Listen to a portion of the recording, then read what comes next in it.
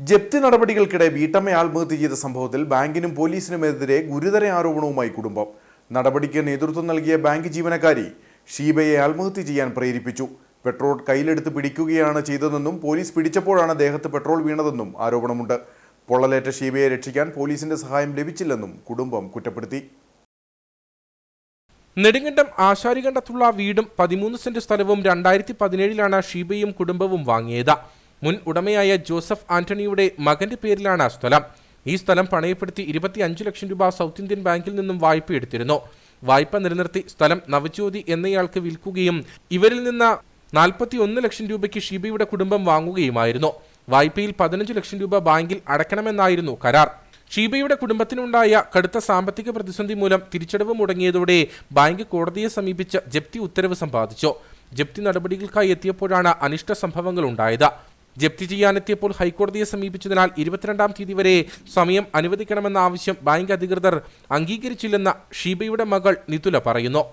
ഞങ്ങൾക്ക് ഞങ്ങളുടെ അമ്മയുടെ പേരിൽ ഇത് രജിസ്റ്റർ ചെയ്ത് തന്നു. നവജ്യോതിയിൽ നിന്ന് ഞങ്ങളിത് വാങ്ങി.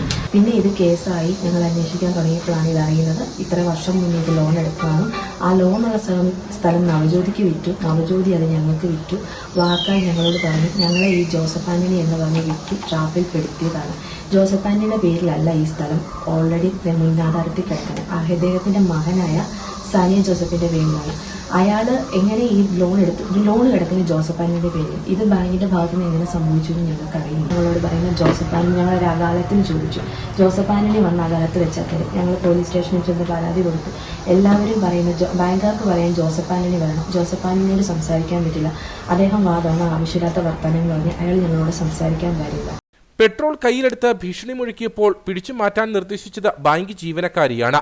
പോലീസ് പിടിച്ചപ്പോഴാണ് പെട്രോൾ ദേഹത്ത് വീണതെന്നും ഷീബയുടെ മകൾ പറഞ്ഞു. അമ്മ മരിച്ചത് ദൃക്സാക്ഷിയായി എൻ്റെ അമ്മ കത്തിക്കരിയുന്നത് കണ്ടു നിന്നൊരു മകളാണ് ഞാൻ.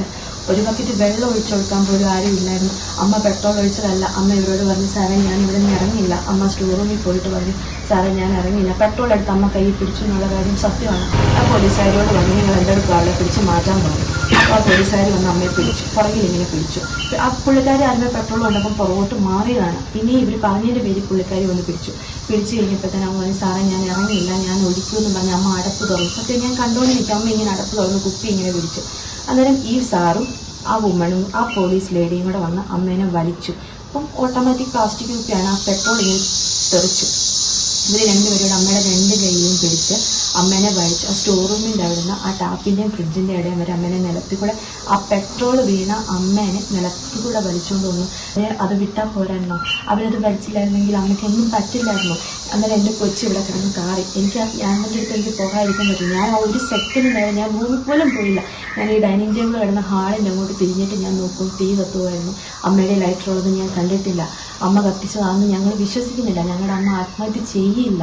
ഈ പിടിവലിക്കിടയ്ക്ക് സംഭവിച്ചതാണ്. അമ്മ സ്വയരക്ഷയ്ക്ക് വേണ്ടി അമ്മ ഓർത്ത് കാണും. ആ പെട്രോൾ എടുത്തൊഴിച്ച് കഴിഞ്ഞാൽ ഇവരിട്ടിട്ട് പോകും. അമ്മ ഓർത്ത് കാണും. അല്ലാതെ അമ്മ എന്തിനാ ആത്മഹത്യ ചെയ്യുന്നു? തീ കത്തിയതിനു ശേഷം രക്ഷിക്കാൻ ആവശ്യപ്പെട്ടിട്ടും ബാങ്ക് ജീവനക്കാരും പോലീസും രക്ഷപ്പെടുകയായിരുന്നു ചെയ്തതെന്നും കുടുംബം ആരോപിക്കുന്നു. അതേസമയം നിയമ നടപടികൾ പാലിച്ചാണ് ജപ്തി നടത്തിയതെന്നും ഇവരുടെ പേരിൽ വായ്പ ഇല്ലെന്നുമാണ് ബാങ്കിന്റെ വിശദീകരണം.